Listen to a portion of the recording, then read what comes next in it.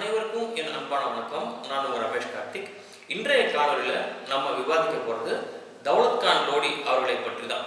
இன்னைக்கு தௌலத் கான் லோடி யார் அப்படின்ற கேள்விக்கு உங்களுக்கு ஒரு பதில் கிடைச்சிடும். தௌலத் கான் லோடி இப்ராஹிம் லோடியோடைய மிகப்பெரிய எதிரி. இப்ராஹிம் லோடி டெல்லி சுல்தானேட்டா 1517ஆம் வருடம் பதவியேற்றாரு.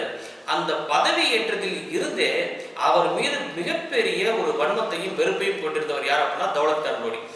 இவர் அதே லோடி வம்சத்தை சார்ந்தவராக இருந்தாலும் கூட இப்ராஹிம் லோடியோட தந்தையான சிக்கந்தர் லோடி அவருடைய தந்தையான பலூல் கான் லோடி கிட்ட இருந்து ஒரு சுதந்திரத்தை பெற்றார். நான் தனியா போய் எங்களுடைய வாழ்க்கையும் எங்களுடைய வம்சத்தையும் நாங்கள் பார்த்துக்கிறோம், எங்களுக்கு சுதந்திரம் கொடுங்கன்னு கேட்டு இவருடைய இப்ராஹிம் லோடிய தாத்தாவான பலூல் கான் லோடி கிட்ட இருந்து சுதந்திரம் வாங்கி தனியா போயிட்டாங்க.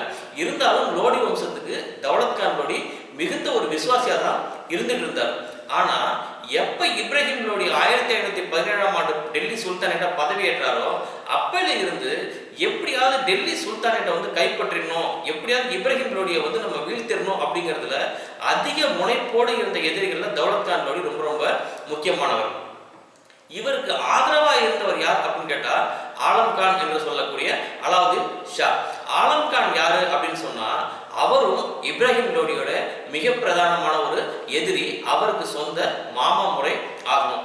ஆலம் கான் லோடி குஜராத்தை சேர்ந்த ஒரு சுல்தான் முசாஃபர் II என்கிறவருடைய பாதுகாப்பின் கீழே இருந்துட்டு இருந்தாரு. இருந்தாலும் பல சதித்திட்டங்களை இப்ராஹிம் லோடிக்கு எதிராக அவருடைய பாதுகாப்புல இருந்துகிட்டே தீட்டிட்டு இருந்தார். இவர் இப்ராஹிம் லோடியுடைய மூத்த அண்ணன் ஜலான்கான் அவர்களுக்கும் தௌலத் கான் லோடிக்கும் மிக மிக நெருக்கம். இவங்க எல்லாருமே சேர்ந்துதான் இப்ராஹிம் லோடியை வீழ்த்துறதுக்கு திட்டம் போட்டுட்டு இருந்தாங்க. தௌலத் கான் லோடி எப்பவுமே ஒரு இப்ராஹிம் லோடிக்கு எதிரான நடவடிக்கைகள் ரொம்ப தீவிரமா இருப்பாரு. இவர் தான் முதலாம் பானிபட் போர் ஏற்படுவதற்கு காரணகர்த்தாக அமைந்தவர்.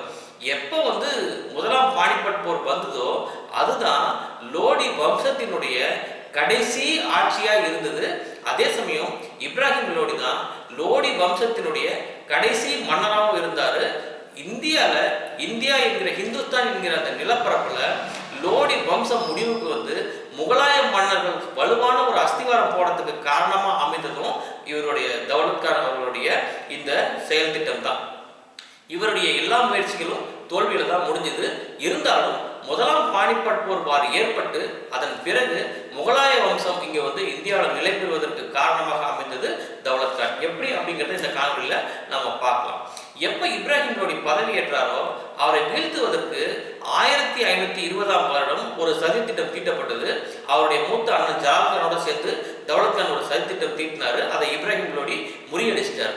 அதற்கு பிறகு 1523ஆம் வருடம் எல்லா தேசமெங்கும் இந்துஸ்தான் தேசமெங்கும் இப்ராஹிம் லோடிக்கு எதிராக பல கிளர்ச்சிகளை உண்டு பண்ணிட்டு இருந்தாங்க. அப்ப உண்டு பண்ணிட்டு இருக்கும் போது இப்ராஹிம் லோடி வார்னிங்லாம் கொடுக்கிறாரு. தௌலத் கான் லோடிக்கு பல எச்சரிக்கைகள்லாம் கொடுக்கிறாரு. இவர் தன்னுடைய இருப்பை உறுதி செய்து கொள்வதற்காக தன்னுடைய மகன், அவருக்கு 3 மகன்கள், தௌலத் கானுக்கு 3 மகன்கள். அவர் காசி கான் அப்படின்னு ஒரு மகன், திலாவர் கான் என்ற ஒரு மகன், ஹாஜி என்ற ஒரு மகன், மொத்தம் 3 மகன்கள். இவர் என்ன பண்றாரு, காசி கான டெல்லிக்கு அனுப்புறாரு. நீ போயிட்டு அங்க இப்ராஹிம் லோடிகிட்ட இருந்து நம்மளுடைய சூழ்நிலை என்ன அப்படிங்கிறத நல்லா தெளிவா தெரிஞ்சுக்கிட்டு வா அப்படின்னு சொல்லி காசி கான டெல்லிக்கு அனுப்புறாரு. காசி கான் டெல்லிக்கு போயிட்டு கொஞ்ச நாள் கழிச்சு திரும்ப உடனே வராரு, தௌலத் கான் கிட்டே வராரு. அப்ப தௌலத் கான் எங்க இருக்காரு அப்படின்னா பஞ்சாப் மாகாணத்தினுடைய கவர்னராக இருக்கார்.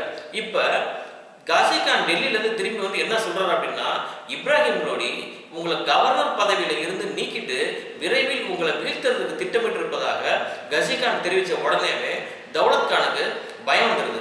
தௌலத் கானுக்கு எப்பவுமே பாத்தீங்க அப்படின்னா ஒரு இறுக்கமான ஒரு மனநிலையும் அதே போல சந்தேக புத்தி அதிகம் உள்ளவராகவும் அவர் இருப்பார். இப்ராஹிம் லோடி மேல எப்பவுமே ஒரு சந்தேக கண் அவருக்கு இருந்துகிட்டே இருக்கும்.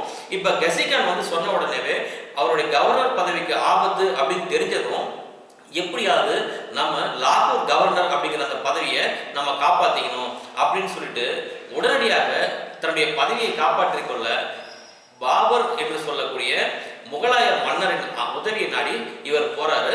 பாபரும் அந்த உதவியை ஏத்துக்கிறார். பாபர் தைமூர் வம்சம் மற்றும் கெங்கிஸ்தான் வம்சாவளியை சார்ந்த ஒரு போர் வீரர். அவர் ஒரு மன்னர், பர்கானா நாட்டுடைய மன்னர். அவரை பத்தி நம்ம இன்னொரு காணொலியில தெளிவாக தனியாக பார்க்கலாம். இப்பொழுது பாபர் மத்திய ஆசியால ஆட்சியில் இருக்கிறார். சென்ட்ரல் ஏஷியா அப்படின்னு சொல்றோம் இல்லையா, அந்த பகுதியில் ஆட்சியில் இருக்கார். ஃபெர்கானா என்ற இடத்தை ஆட்சி செய்து கொண்டிருக்கிறார்.